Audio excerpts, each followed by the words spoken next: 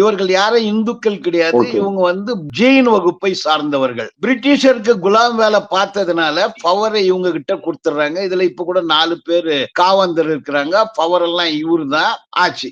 இந்த நிறுவனம் வந்து ஒரு 1,00,000 கோடி ரூபாய்க்கான நிறுவனம். இந்த வருஷம் புரட்டாசி மாசம், இங்க ஸ்ராவண மாசம்னுவாங்க. அந்த பூஜையில மட்டும் 500, 600 கோடி ரூபாய் உண்டி வசூலாகுது. இதுல என்ன விஷயம்னா, ஒரு கடவுளையே ஒரு குடும்பம் வந்து ஓன் பண்றாங்க. கடவுளுக்கு முதலாளி இது. இந்த வர பணம் எல்லாம் அவங்களுக்கு தான். அந்த பணத்துல தான் அவங்க வந்து காலேஜ், ஸ்கூலு எல்லாம் கட்டி அங்கேயும் ஃபீஸ், ஆஸ்பத்திரி.